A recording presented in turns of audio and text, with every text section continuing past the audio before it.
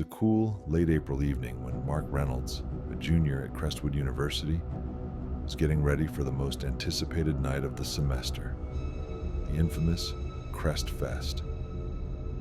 It was a long-standing tradition that turned the quiet campus of Crestwood, California, into a sea of lights, music, and a buzzing crowd.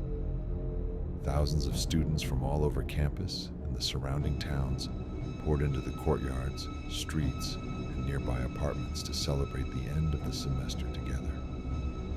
Mark lived in a small apartment with 3 friends, Sarah, Tom, and Luis, just 5 blocks from campus. That night, like every year, they planned to enjoy Crest Fest as calmly as possible, having fun, laughing, and not stressing about the upcoming exams. Everything seemed perfect. Loud music, laughter, and glasses raised in celebration.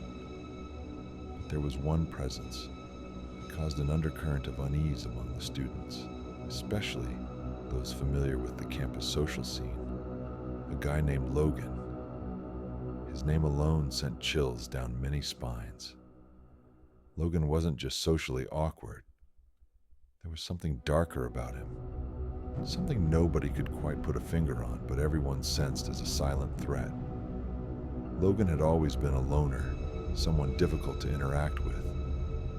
He was strange in a way that went beyond mere shyness, avoiding eye contact, pacing nervously, and often acting out of place, as if he lived in a different world. Most students avoided him.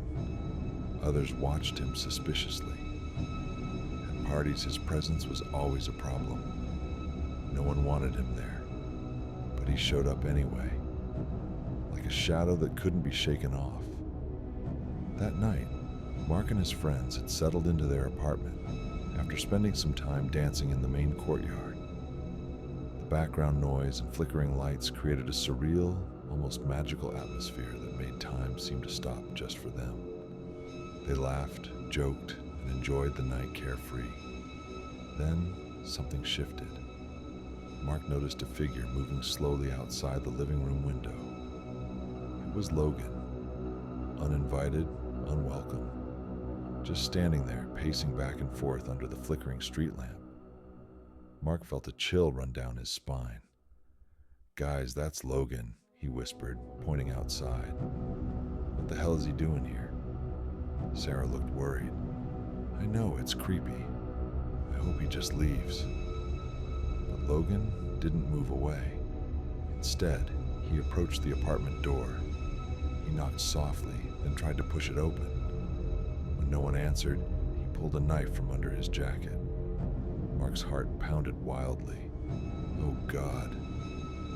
Before they could react, the door burst open, and Logan stepped inside, clutching the knife tightly. The 4 friends suddenly found themselves trapped in the room, surrounded by a boy they no longer knew how to stop.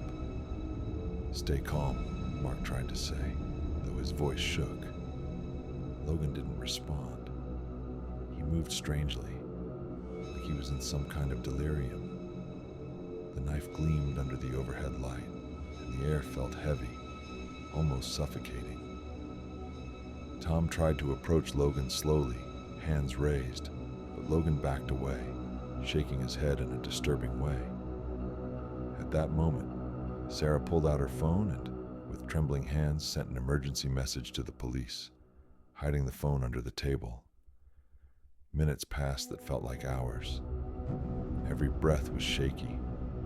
Every little sound, a possible sign that things could escalate. Then, finally, the distant sound of police sirens pierced the night.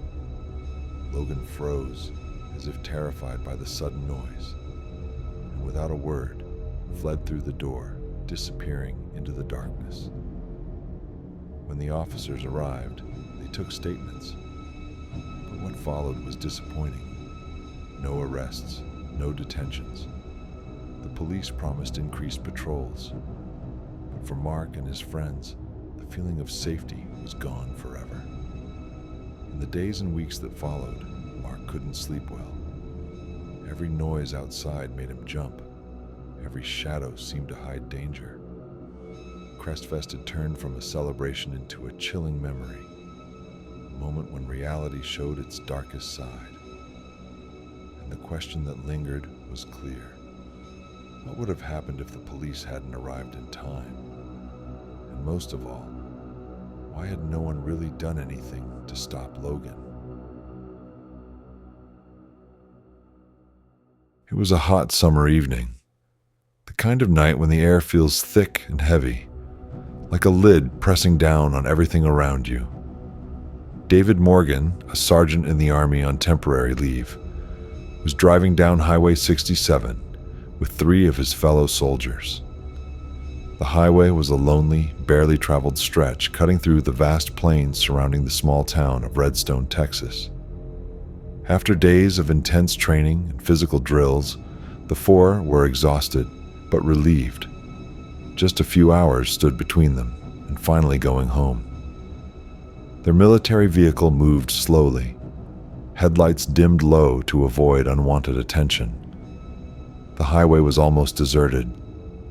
Silence was broken only by the low hum of the engine and the gentle rustling of wind through the sparse trees lining the road. Every now and then, distant car headlights appeared as tiny specks of light before disappearing back into the darkness. David tried to relax, but something felt off. Hard to explain, but his military instincts kept him on edge. "Look over there," said Tom, one of his buddies, pointing to a black car parked at the side of the road a few hundred yards ahead. Its lights were off, and the vehicle looked abandoned. "Weird place to stop," Luis, another in the group, commented. "And at this hour, usually no one's out here." As they passed the car, something caught their attention just around the bend. Another vehicle, also dark and without headlights, creeping silently forward. But this one carried a disturbing detail. Men dressed in tactical gear, black helmets, and balaclavas, like something straight out of an action movie. Suddenly, the vehicle's flashing lights turned on, and a command to pull over cut through the night like a gunshot. David slowed down, heart pounding hard in his chest. The vehicle pulled alongside them, and the 4 men in tactical gear approached their military truck. None of them wore badges, patches, or any official police or military insignia. David rolled down the window, staying calm, even though every fiber of his body was tense. "Good evening. How can we help you?" he asked firmly. One of the men, face covered by a balaclava, responded coldly and sharply, "Show us your IDs." David quickly pulled out his military ID and handed it over. The others followed suit, showing their military badges and credentials. "We're soldiers on leave," David said, trying to sound confident. A tense silence followed as the men exchanged quick glances, like they were sizing them up. Then, without a word, they climbed back into their vehicle and vanished into the dark night, leaving the 4 friends staring at the empty road ahead, hearts still racing.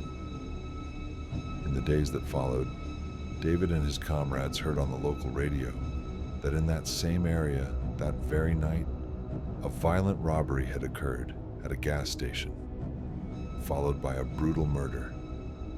Police were still hunting the suspects. It all started to click. Those men in tactical gear weren't law enforcement at all. They were likely armed criminals, dangerous and ruthless. If David and his friends hadn't shown their military affiliation, they could have been taken out without hesitation. That brief encounter, seemingly insignificant at the time, turned into a nightmare that haunted David for a long time. They had unknowingly risked their lives, narrowly escaping a tragedy only those who faced real danger can truly understand. And the most chilling realization of all was this: sometimes, even when you think you're safe, danger can hide behind a fake uniform, ready to strike without warning. It was a crisp autumn afternoon when Michael Hayes, a 34-year-old man from Helena, Montana, decided to take a solo road trip along some of the less traveled backroads of his home state. Michael loved these escapes from the world, the freedom that only a road trip could bring, and the peace found in Montana's wild, untouched nature. The day seemed perfect. The sky was clear, the trees wore every shade of fall, and soft music played from the stereo in his old Jeep, accompanying him gently on his journey. Michael felt relaxed, as if the weight of everyday worries was lifting with every mile. But as often happens, peace can turn into a nightmare in an instant.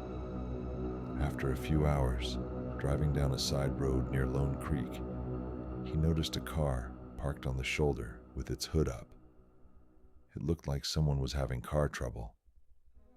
Ever the helpful type, Michael slowed down and pulled over to offer assistance. But as soon as he stepped out of his Jeep, he realized the situation was very different from what he'd imagined. Two men, dressed plainly but with a menacing air, quickly approached. Without warning, they pulled out guns and forced him to hand over everything: wallet, phone, keys, even his Jeep. Michael didn't have time to react. Fear gripped his throat as he was left alone and defenseless on that deserted road, while the two criminals sped off with his Jeep and all his belongings. Back home, shaken and still in shock, Michael tried to put the incident behind him. But his nightmare was only just beginning. Months later, he started getting calls from credit card companies and debt collectors about accounts he never opened. He had become a victim of identity theft. Someone was using his stolen information to rack up debts, open fraudulent lines of credit, and build a web of scams in his name. Each call was a new blow to his sense of security, proof that that day in Montana had sparked a long, exhausting battle. Michael refused to be a passive victim. Driven by determination, he started investigating on his own. He spent hours on the phone with banks, authorities, and data protection services. He studied every detail, hunting for any clue that could lead him to the person behind the fraud. One day, through a local police contact, Michael learned that some suspects had been linked to a suspicious ad posted on Craigslist. He knew he had to be smart. He created a fake Craigslist profile, pretending to rent out an apartment in a quiet, out-of-the-way part of Helena. He waited anxiously for a response, and soon got a message from someone showing suspiciously detailed interest. Michael arranged a meeting, but this time, he had the police on his side. On the day of the appointment, he showed up at the designated parking lot with plainclothes officers, ready to put an end to his nightmare. The meeting was tense. The men who arrived were part of a criminal gang, specializing in robbing lone travelers and using their identities for large-scale financial fraud. Michael recognized them instantly. They were the same men who had robbed him that autumn afternoon. The police moved quickly, arresting the gang members and recovering many stolen items belonging to multiple victims. Though marked by the experience, Michael felt like he'd reclaimed part of his life. That robbery and identity theft had changed his world, but his strength, determination, and refusal to give up had turned the tide in a battle that once seemed hopeless. And the biggest lesson: never underestimate how fragile your safety can be, or how much your own determination can mean the difference between victim and survivor.